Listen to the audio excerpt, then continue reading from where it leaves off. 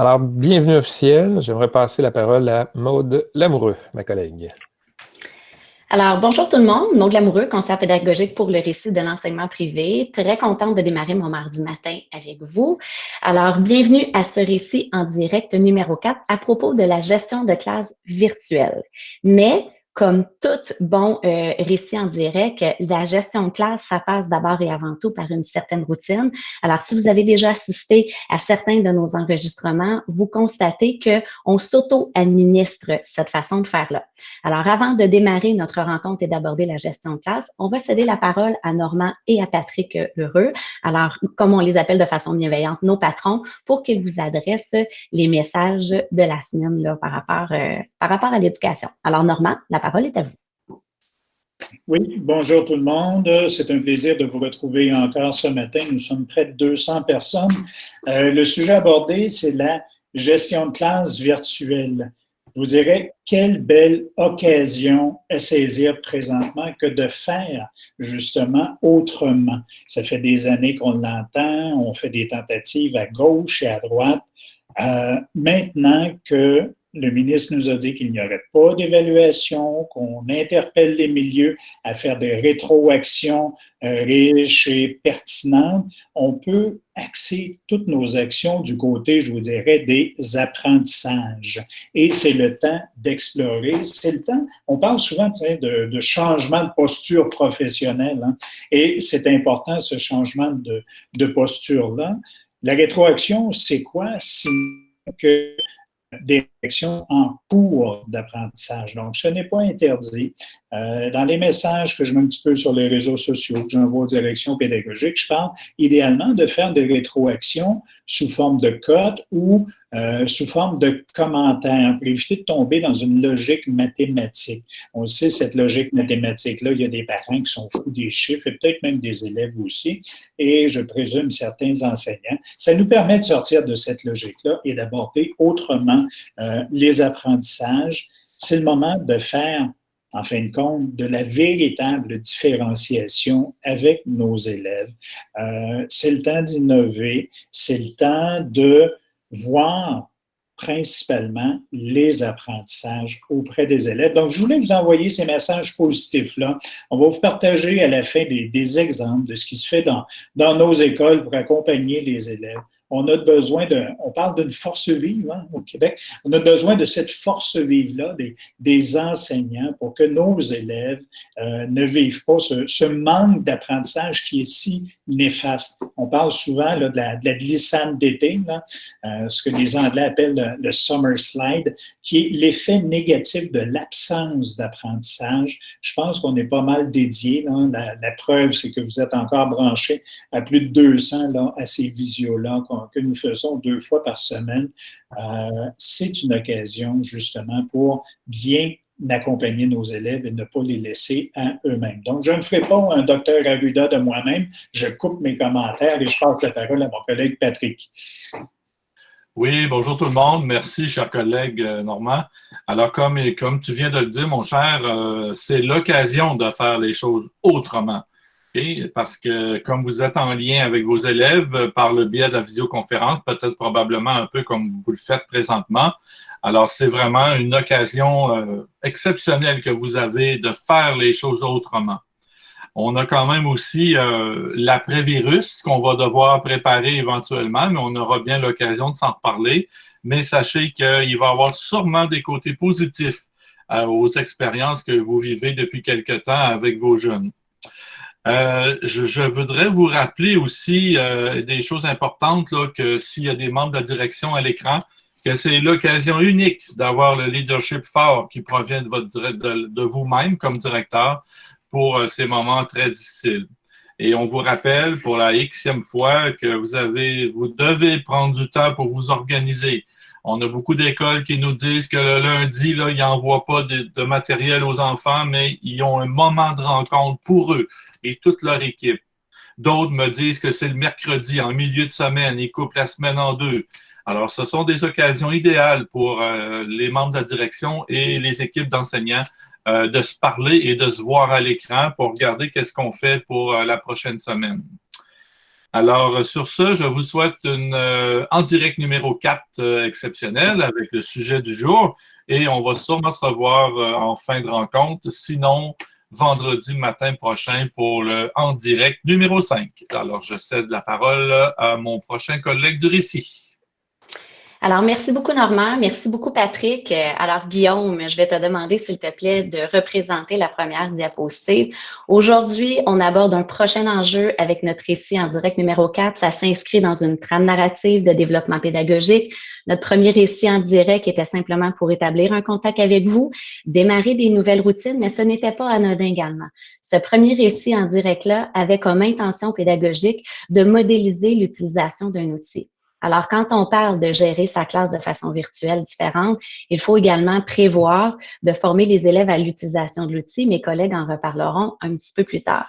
Ensuite de ça, on a parlé des grandes lignes de la formation à distance. Alors, ce sont des sujets qu'on ne réabordera pas ensemble aujourd'hui. Le récit en direct numéro 3 vous présentait des enseignants du primaire, du secondaire et des conseils pour des élèves en difficulté. Ces capsules-là se retrouvent sur notre site Internet. Mais aujourd'hui, on plonge dans d'autres choses. La gestion de la classe qui est virtuelle. J'aurais envie de vous rappeler tous les papillons qui nous habitent alors qu'on s'apprête à rentrer à l'automne avec la rentrée scolaire avec nos élèves. On a beau être des enseignants d'expérience ou on a beau être des nouveaux enseignants, la gestion de classe change d'une année à l'autre en fonction du groupe que l'on a devant soi. Alors, établir sa gestion de classe, qu'elle soit virtuelle ou non, c'est sûr et certain qu'on doit y accorder du temps. Alors, on est habitué d'avoir une gestion de classe en présentiel et là, maintenant, on doit changer de paradigme. On doit faire une gestion de classe qui est virtuelle. À partir du moment où on a des appareils numériques en salle de classe et j'ai été la première à devoir changer mes pratiques alors que j'étais en salle de classe, c'est là où ces mots-là sont devenus, dans le fond, encore plus puissants. J'ai dû apprendre à marcher davantage ma classe. Pour quelle raison? Parce que je devais savoir ce qui se passait sur les écrans de mes élèves alors que j'étais en train d'enseigner ou alors qu'ils étaient en travail collaboratif. On ne peut pas physiquement, avec nos jambes, marcher notre classe, mais ce que l'on a envie de parler avec vous aujourd'hui, c'est de quelle façon est-ce qu'aujourd'hui, vous pouvez virtuellement apprendre à marcher votre classe. Alors, Guillaume a déjà modélisé des choses au début de la rencontre. C'est-à-dire qu'il vous a demandé de fermer les caméras, de fermer les micros. Bref, il a pris le temps de vous accueillir et de poser des règles de travail avant que l'on commence ensemble la visioconférence. Eh bien, c'en est une. Il y en a d'autres qui vont suivre tout au long de la présentation.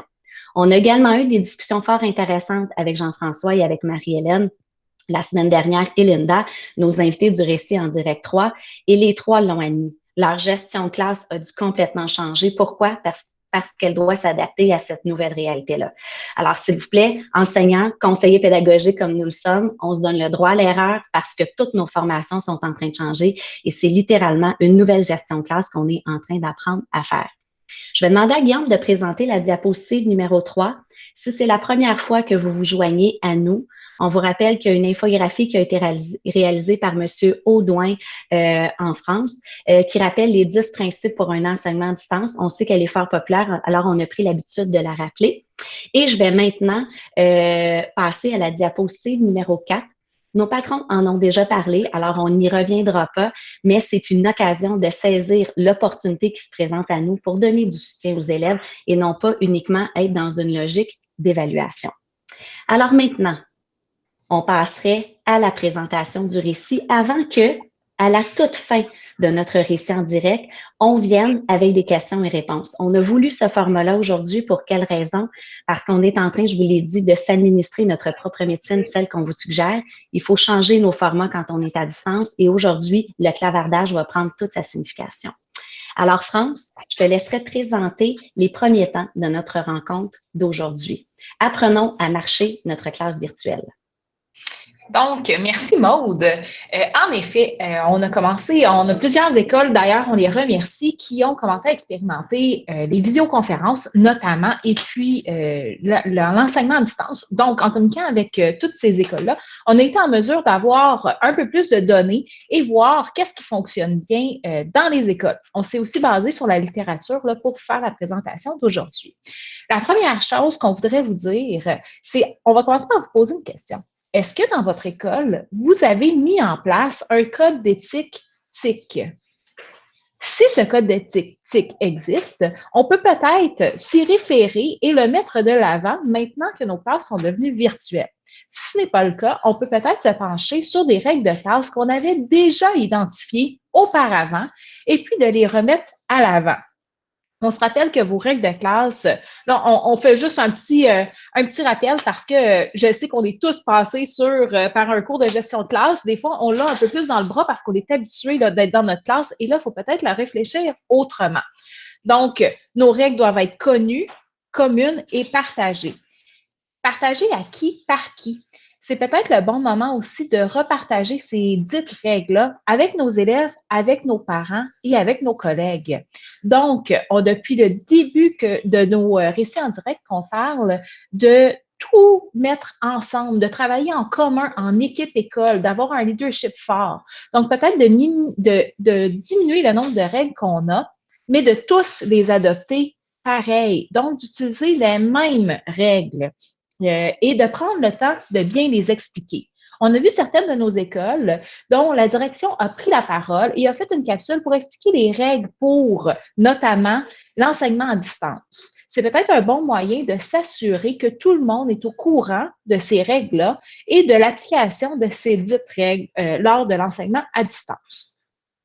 On peut prendre aussi le temps de l'expliquer à chaque fois qu'on entre, notamment en visioconférence avec nos élèves. Ça peut être une façon de faire un rappel bienveillant sur ce qu'on a comme attente d'eux.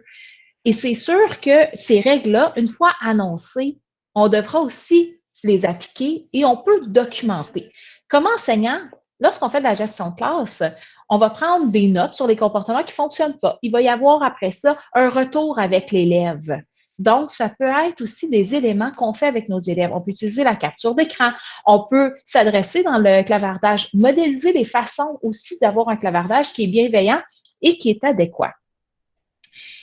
Finalement, moi, ce que j'aimerais qu'on regarde ensemble, c'est un exemple de règles de classe, de code de conduite qui a été adopté et préparé par le collège Jean de Lamennais. Donc, ça a été l'équipe cycle du premier cycle qui l'a préparé. Ils l'ont appelé le RAP. Ce qu'on a eu comme discussion avec Marie-Hélène, c'est que ça a été des règles qui ont été définies ensemble, toute l'équipe niveau, au début de l'année et appliquées. On a 3 règles. L'attitude respectueuse, l'engagement dans les apprentissages et être prêt à travailler. Donc, dans ce cas-ci, et c'est ce qu'on vous encourage vraiment à faire, on est vraiment dans le positif, on est dans l'accompagnement des élèves. C'est sûr que possiblement qu'il va y avoir des comportements qui ne seront pas toujours parfaits, tout comme dans notre classe en réel. Donc, ces 3 règles-là sont tout aussi applicables en classe qu'à la maison dans le cas d'une gestion de classe qui est plus virtuelle. Ce sont des règles générales qu'après ça, on peut décliner entre nous et puis identifier qu'est-ce que c'est qu'une attitude respectueuse, qu'est-ce que c'est qu'un engagement et qu'est-ce que c'est d'être prêt au travail. Ces règles-là peuvent, une fois revenues à l'école, continuer d'être appliquées. Avant de passer la parole à Guillaume qui va vous entretenir de la visioconférence comme outil d'apprentissage, le message que l'on aurait à vous donner, c'est le suivant. On ne peut pas vous suggérer de faire des règles qui seront trop précises, qui seront déclinées dans le pointu. Pour quelle raison? Étant donné que tout l'environnement virtuel d'apprentissage vient de changer, il est préférable, avec ce que l'on a vu dans les écoles, d'avoir des règles qui sont positives mais assez générales pour que vous puissiez facilement vous y adapter. Alors, si vous y allez déjà trop dans le pointu, bien à ce moment-là, c'est sûr et certain que ça risque d'amener après, en aval, énormément de discussions. Et là, vous risquez d'entrer dans une spirale où vous devrez décrire à ce moment-là chacun des comportements. Alors, on travaille en amont. Alors, Guillaume, on te laisserait la parole à propos justement de la visioconférence, qui est un outil qui est privilégié, mais qui demande une certaine prise en main. Alors oui, on doit revoir nos façons de travailler et on doit s'intéresser aux modalités de la visioconférence. Oui, alors bonjour. Visioconférence, un outil à apprivoiser. Donc, je vous dirais, je ne saurais trop insister sur le fait que c'est important de prendre le temps peut-être de pratiquer des visioconférences. Vous faites 1 ou 2 collègues, vous n'avez pas besoin d'une classe de 35, mais c'est important de vous approprier l'outil pour déjà avoir une bonne idée là, de la gestion, de l'affichage, de comment le clavardage fonctionne. Donc, n'hésitez pas, peut-être avec un ou deux collègues, de démarrer une visioconférence et de vous pratiquer, d'expérimenter. En étant en meilleur contrôle de l'outil, c'est un peu plus facile, une fois qu'on retourne en classe, là, de bien maîtriser là, ce qu'on a besoin de savoir au point de vue technique. Je vous dirais qu'il y a beaucoup de tutoriels, mais faites-vous un petit peu de pratique et je vous dirais les élèves aussi ont besoin de pratique. Il faut, la première rencontre que vous allez avoir avec vos élèves, assurez-vous que les attentes soient, vos attentes doivent être basées sur, les élèves aussi découvrent l'outil, donc c'est normal un peu que le clavardage, les jeunes essaient des choses, donc ça va être important d'ajuster vos... pardon, je suis un peu mêlé. Ça va être important, dans le fond, de prendre le temps, de donner le temps à vos élèves de s'approprier l'outil, autant que de vous donner du temps à vous. On va aller dans un petit peu plus concret. J'ai travaillé avec mes collègues sur une ligne du temps de la visio efficace, c'est-à-dire que la visioconférence, c'est intéressant, mais ça demande effectivement un avant et un après, et il y a différentes étapes. C'est un peu ce qu'on a modélisé avec vous. Dans le fond, vous êtes arrivé ici parce qu'on vous a fait parvenir un lien. Le lien, on a indiqué le but de la rencontre et les personnes visées. Ce que je vous dirais, c'est que le modèle de la classe, il est en train d'éclater présentement. On s'aperçoit qu'on ne peut pas fonctionner de la même façon. Donc, on va distinguer, par exemple, une rencontre qui est, par exemple, plus sociale. On veut rencontrer nos élèves, discuter un peu avec eux, interagir. Par exemple, d'une rencontre dite qui pourrait ressembler à de la récupération. Si le but de la rencontre, c'est de la récupération, vous ne voulez pas inviter tous vos élèves au complet. Vous voulez simplement que les élèves viennent vous rencontrer. Puis ça peut être, par exemple, dans un intervalle de telle heure à telle heure, vous pouvez vous connecter et poser des questions. Donc, on va éviter d'avoir des élèves, trop d'élèves en même temps si la raison n'est pas bien établie. Juste avant la rencontre, ce qui est important, c'est de donner un point de repère aux élèves. Vous avez probablement des plateformes de communication. L'élève qui a de la difficulté à se connecter, où est-ce qu'il peut vous rejoindre? Qu'est-ce qu'il fait en cas de problème de connexion? Donc, est-ce que vous avez un Classroom? Est-ce que vous avez un Teams? Est-ce qu'il y a un endroit où l'élève peut poser des questions? Est-ce que ça va être par courrier électronique?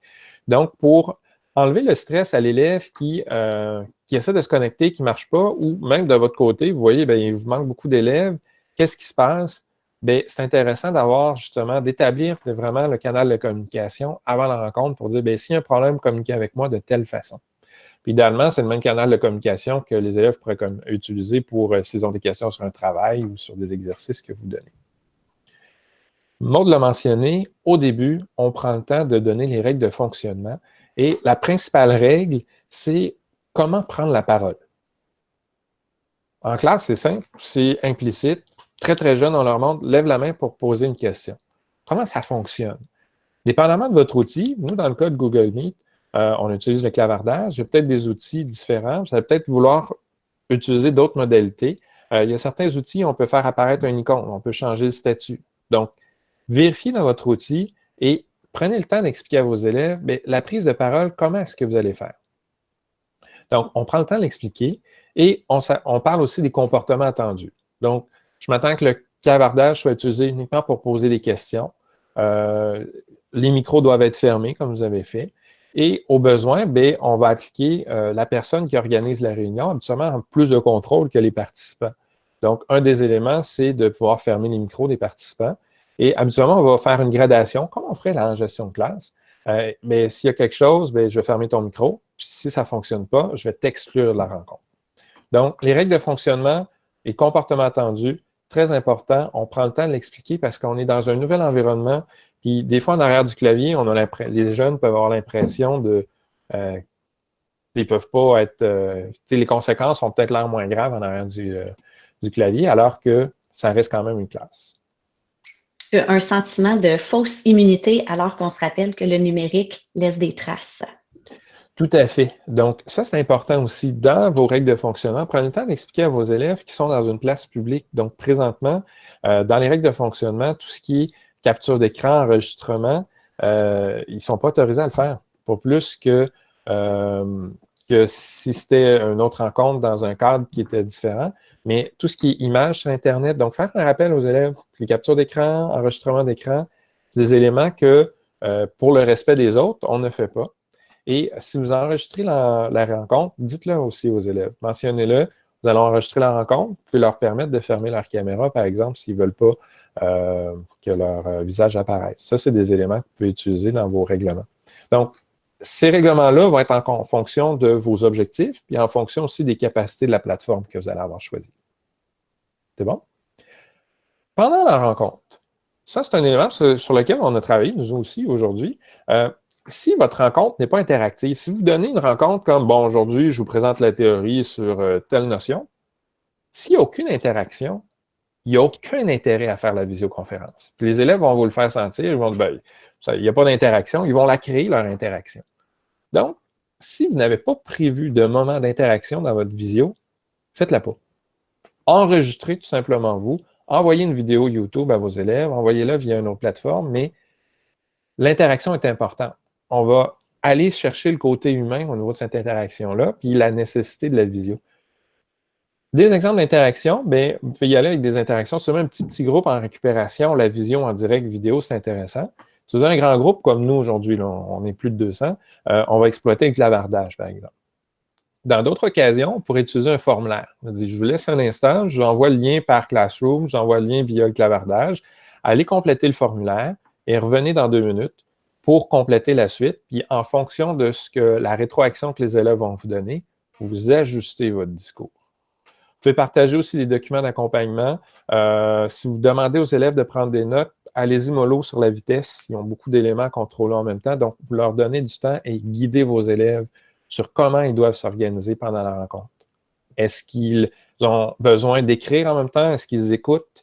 Est-ce qu'ils prennent des notes? Donc, c'est tout ça. Vous structurez votre rencontre, vous la rendez interactive, vous interagissez avec les gens. Et, dernier élément, évidemment, s'il y a un pendant, il y a un après. Si c'est pertinent, rendre disponible la rencontre aux élèves. Ce qu'il faut comprendre, c'est que les élèves ne vont pas nécessairement faire le choix de ne pas pouvoir participer à la rencontre.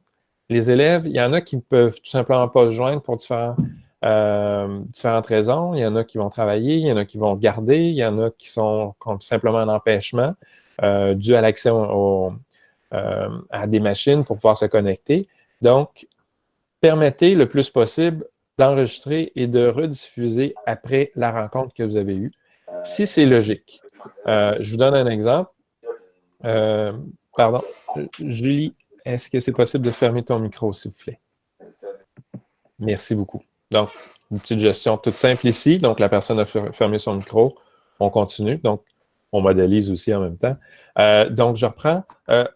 Important de rendre disponible la rencontre. C'est sûr que si c'est une période de récupération, c'est des questions 1 à 1, vous n'avez pas besoin de la rendre disponible, mais le plus possible, rendez disponible la réécoute et si ça va bien, bien cette capsule-là, vous venez de créer une capsule, vous pourrez peut-être la rediffuser même pour les prochaines années.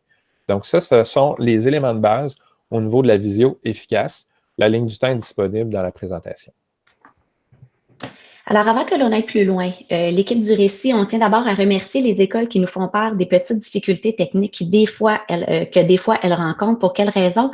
Parce que ça nous permet de collaborer et de construire notre intelligence collective et de trouver des solutions qui pourront probablement répondre à tous. Alors, Guillaume, c'est un point qu'on avait décidé d'aborder un petit peu plus loin, mais étant donné qu'on est présentement plongé dans la visioconférence, on te laisserait tout de suite la parole par rapport à un enjeu dont on a déjà discuté, c'est-à-dire les unités organisationnelles à l'intérieur de la suite Google pour l'éducation pour s'assurer que si on privilégie la visioconférence avec Meet, que les utilisateurs n'aient pas tout à fait les mêmes droits pour s'assurer que l'enseignant soit capable d'intervenir avec les élèves, alors soit de raccrocher leur micro ou de les exclure. Est-ce que tu peux nous dire un mot peut-être un petit peu plus technique? Cette partie-là s'adressera peut-être certainement davantage à vos techniciens, mais enseignants et direction, si vous sentez que vous avez des soucis, vous aurez au moins tous les outils pour aller poser les bonnes questions dans votre milieu. Alors, les unités organisationnelles. Dans le fond, quand on structure un environnement informatique, il faut s'assurer que peu importe que ce soit Microsoft, Google ou même d'autres types de structures, il faut s'assurer que les enseignants et les élèves ne soient pas dans les mêmes groupes. Donc, souvent, même les enseignants vont avoir des privilèges supérieurs aux élèves. Ça va nous permettre, entre autres, d'avoir un meilleur contrôle. Présentement, à moins de changements techniques, je suis la seule personne ici qui est capable de fermer les micros, d'exclure des gens de la salle. parce que c'est moi qui ai créé la rencontre. Et étant donné que je suis dans la structure organisationnelle enseignant, bien, j'ai certains privilèges de plus que vous n'avez pas. Donc, ça fait partie vraiment de la façon que la structure de votre école a été pensée. Donc, ça vaudrait la peine de voir avec votre technicien, est-ce que les élèves et les enseignants sont dans des groupes distincts et est-ce qu'ils ont des privilèges différents afin d'éviter certains débordements. Donc, ça, c'est des éléments à discuter, peut-être à valider avec votre technicien pour vous assurer de rendre les rencontres plus faciles. Autre élément aussi, c'est un enjeu, c'est le lien de la rencontre. C'est vous qui générez le lien de la rencontre, mais vous pouvez décider à quel moment vous le diffusez à vos élèves.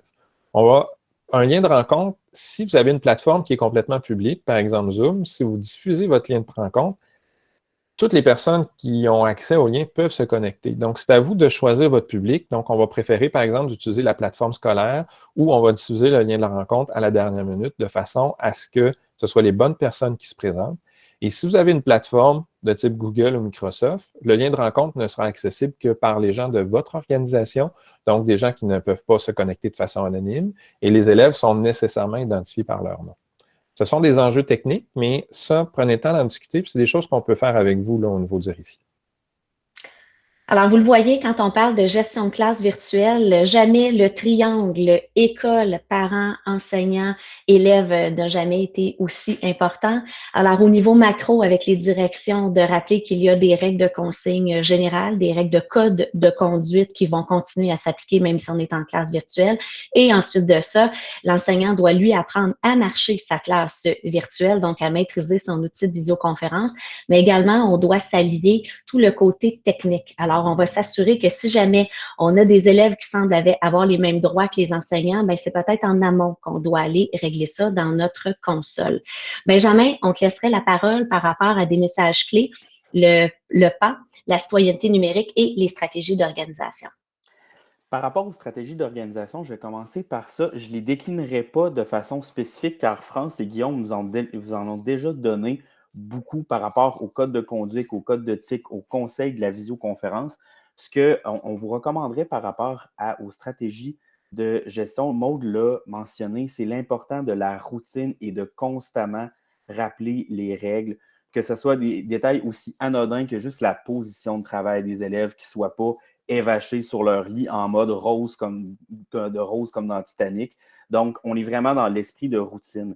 Aussi, avec l'outil de visioconférence, vous pouvez également prévoir un moment pour avoir de la rétroaction des élèves sur comment ça se passe, leur donner des conseils sur l'organisation de leur journée, la structure de leur journée. Il y a peut-être des élèves qui sont anxieux, qui travaillent beaucoup trop, comme de se laisser un moment pour se reposer, faire d'autres choses. Donc, vraiment prévoir un moment dans l'horaire une fois que les élèves vont avoir vécu l'expérience d'accompagnement à distance pour leur redonner des trucs sur comment on s'organise, comment on vit le travail à distance, comment on trouve un endroit dans notre maison qui est tranquille. Donc, vraiment prévoir ce moment-là une fois que les élèves vont avoir ce vécu-là. Par rapport au plan d'action numérique, de la citoyenneté numérique, du numérique pour l'apprentissage, bien, on le voit en ce moment, tout l'apprentissage passe par le numérique. Le numérique devient notre vecteur principal des apprentissages. Donc, c'est vraiment une occasion, comme le dit mon patron Normand, pour la culture d'apprentissage dans votre milieu. Bien, c'est vraiment une belle occasion de développer la compétence numérique chez les élèves. Donc, premièrement, de développer puis d'aborder les aspects de citoyenneté numérique comme le respect de la vie privée, la propriété intellectuelle. Guillaume l'a mentionné, le numérique laisse des traces. Les élèves peuvent avoir un faux sentiment de sécurité. Une capture d'écran, ça se prend vraiment rapidement s'il y a un de nos élèves qui arrive puis il est comme en bedaine dans le visioconférence où il est tout évaché. Un commentaire dans un chat qui n'est pas nécessairement à propos peut se prendre en capture d'écran. Donc, c'est une belle occasion d'éducation au numérique en général que cette occasion-là, ce contexte-là nous offre. Et ultimement aussi, comme on l'a déjà mentionné, c'est une occasion de repenser l'apprentissage. Donc, on n'est plus dans une logique de connaissance de tout par cœur. On est vraiment dans une logique de compréhension. Comme a dit notre patron Normand, on essaie de faire en sorte que le summer slide soit moins intense, bien là, on a comme un corona slide. Donc, c'est vraiment notre but. On va aplatir la courbe. Je ne ferai pas le même geste que M. Arruda en conférence de presse il y a 2 jours, mais c'est ça, ultimement, notre but, c'est que nos élèves comprennent et des apprentissages durables. Donc, c'est l'occasion parfaite de mettre en valeur vraiment une culture d'apprentissage au lieu d'avoir une culture d'évaluation. Avant d'aller dans la portion questions et réponses, je vais laisser France prendre le relais sur des éléments qui font consensus dans la littérature. Je ne vous cacherai pas que des éléments sur les cours à distance au niveau du primaire et du secondaire, il n'y en a pas nécessairement beaucoup. Soyons honnêtes que le coronavirus a changé notre façon d'enseigner de façon assez drastique et rapide. On s'est toutefois penché sur 3 ressources qu'on vous a déposées en bas de la diapo sur des guides pour peut-être faire une meilleure gestion de l'apprentissage en distance. Toutefois, dans toutes nos lectures et même dans les lectures qu'on avait là, précédemment présentées, on voit 3 grandes lignes, 3 grandes directives. La première, c'est de donner des consignes organisationnelles aux élèves. On en a parlé tout à l'heure, d'identifier quelles seront nos règles lors des rencontres, notamment en visioconférence, mais de s'y référer souvent.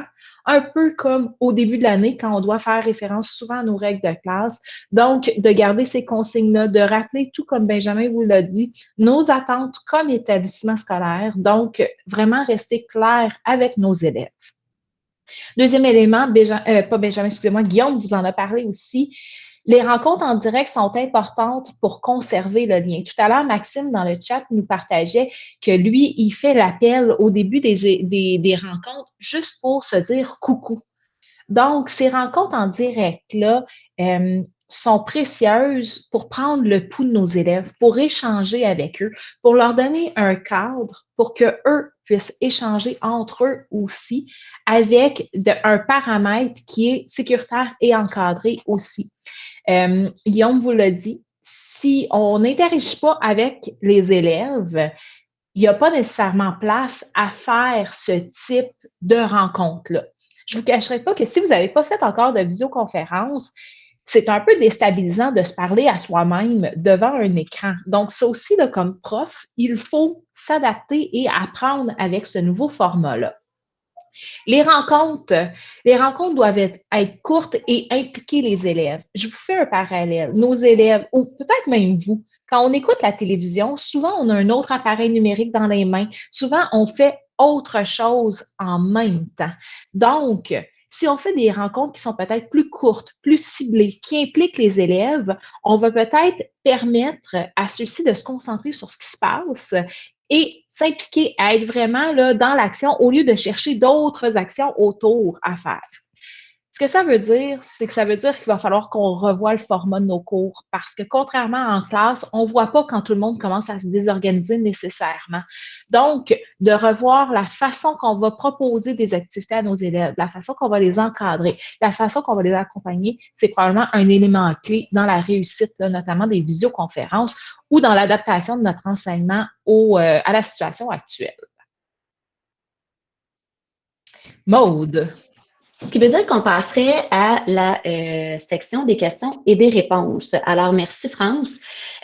Pratico-pratique, ce que l'on peut vous encourager à faire, c'est peut-être d'avoir une diapositive d'introduction. Alors, vous l'avez vu, quand on vous accueille au début de chacun de nos récits en direct, il y a déjà des consignes qui sont claires. Fermez votre micro, fermez votre clavardage, mais rien ne vous empêcherait d'en profiter pour aller rappeler certaines des grandes lignes de votre code d'éthique.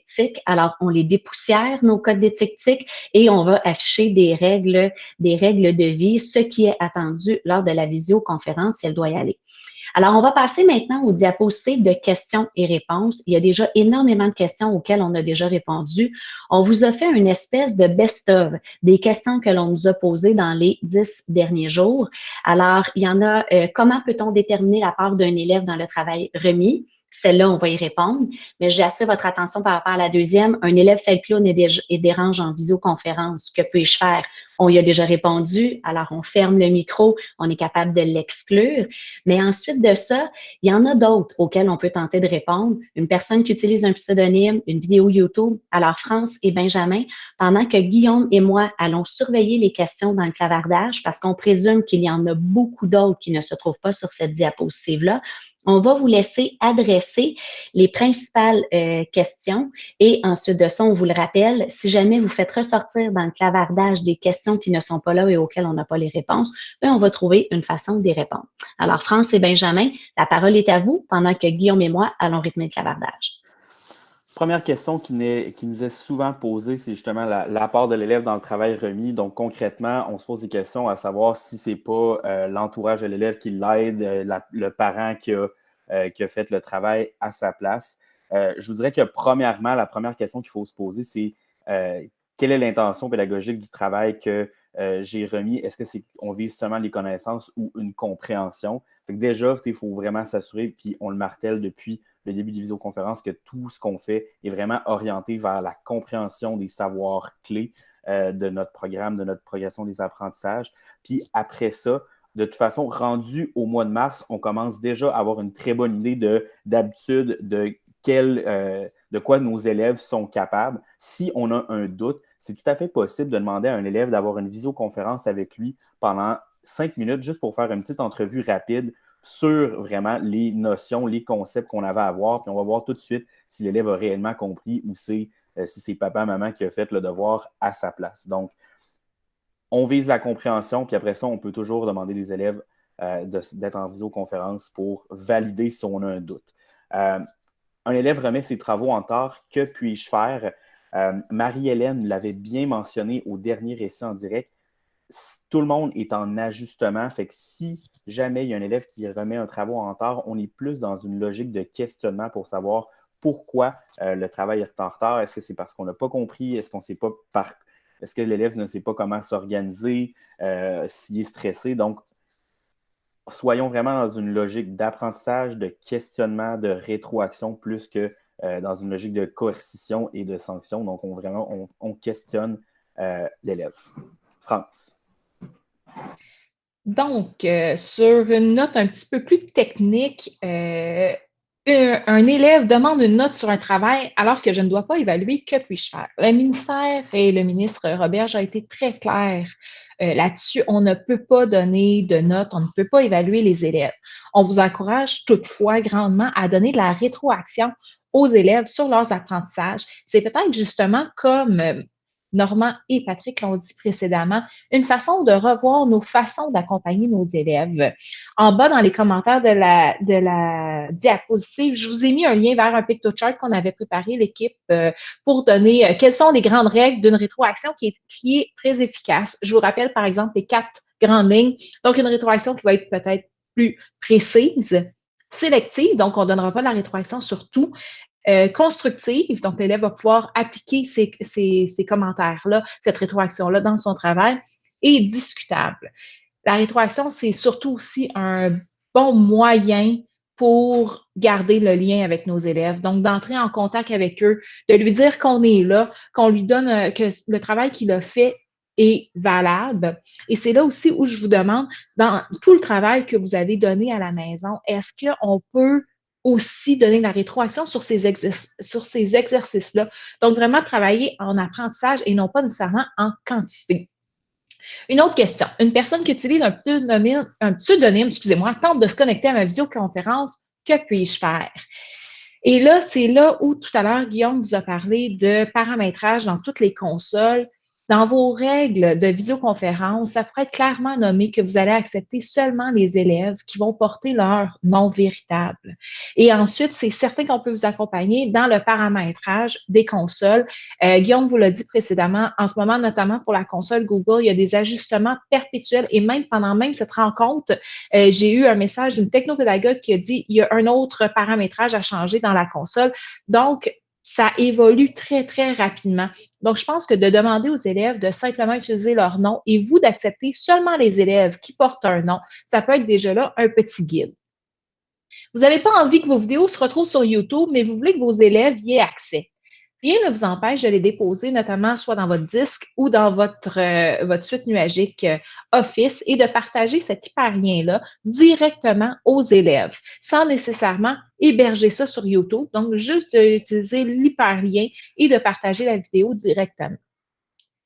Est-ce que je vais m'adresser à Maude et à Guillaume? Est-ce que vous avez vu d'autres questions dans le clavardage qui seraient intéressantes de répondre là, ou auxquelles on n'a pas eu le temps de donner une réponse?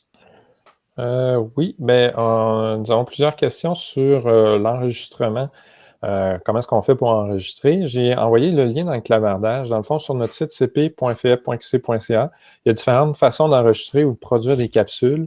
Une des façons, Google Meet, il faut que l'option soit activée. Dans la capsule, c'est expliqué comment. Vous pouvez utiliser, si vous avez des iPads, l'enregistrement d'écran sur iPad se fait très bien aussi. Donc, le lien que j'ai envoyé dans le chat me permet d'avoir accès à tous ces éléments-là. Vous pouvez aller sur cp.qc.ca pour plus de détails.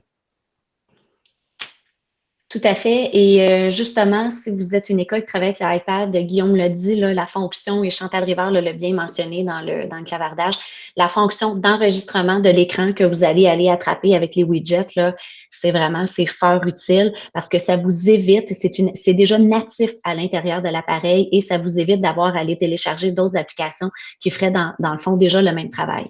Finalement, le mot de la fin par rapport à ça, c'est le suivant, la gestion de classe virtuelle est de rappeler les règles, mais surtout également, demeurez alerte et demandez à vos techniciens de demeurer alerte par rapport aux outils de visioconférence, étant donné qu'on se trouve dans une situation particulière.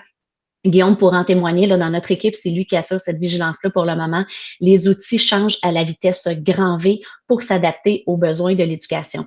Alors, ça ne veut pas dire qu'une difficulté que vous rencontrez cette semaine ne sera peut-être pas déjà réglée avec une des différentes plateformes la semaine prochaine. Si jamais vous avez des questions, n'hésitez pas à nous écrire. Ça nous fera plaisir de vous répondre du mieux que l'on peut. Et Normand, Patrick, est-ce que vous souhaiteriez dire un mot de la fin avant qu'on se quitte avec ce récit en direct numéro 4 là? Bien, certainement. J'aimerais d'abord vous remercier, les gens du récit. Je pense que vous faites un travail extraordinaire en ces temps particulièrement difficiles pour nous tous. Vous êtes là vraiment pour répondre aux questions de nos écoles et je sais que c'est fort apprécié. Et sans oublier les belles émissions que vous nous faites depuis quelque temps, là, les en direct 1, 2, 3, 4, et il va en avoir d'autres, bien sûr. Alors, je vous lève mon chapeau au nom de toutes nos écoles parce que quand même, on reçoit beaucoup de courriels là, pour vous remercier. Alors, j'en profite publiquement pour vous remercier devant tout le monde ce matin. On est quand même près de 200, alors c'est quand même pas rien. Alors, on se donne rendez-vous vendredi prochain, mais avant, je cède la parole à mon collègue du secondaire, Normand. Bonjour, à mon tour de remercier toute l'équipe, mais de vous remercier, vous, personnel des écoles, qui êtes, je vais prendre l'expression de M. Legault, les anges gardiens pour nos élèves. C'est vraiment précieux. Oui, le ministère a déposé des sites, sur son site, là, École ouverte, de la documentation, comme on l'a fait à l'EFE pour le primaire et pour le secondaire. Il faut se rappeler que ces informations-là, c'est tout simplement des sites que les jeunes peuvent visiter. Ça ne remplacera jamais la relation avec un enseignant. Donc, je vous invite à être actif, à participer comme vous le faites. Sur la ligne de Twitter, je lisais Ron Canuel ce matin qui dénonçait le statu quo de certains milieux. C'est pas le moment. Maude Lamoureux parlait de changement de vitesse grand V. C'est le moment de faire preuve de leadership, de changer nos pratiques, d'adopter une nouvelle posture professionnelle. Et je vous donne rendez-vous. Je remercie l'équipe et je vous donne rendez-vous vendredi prochain.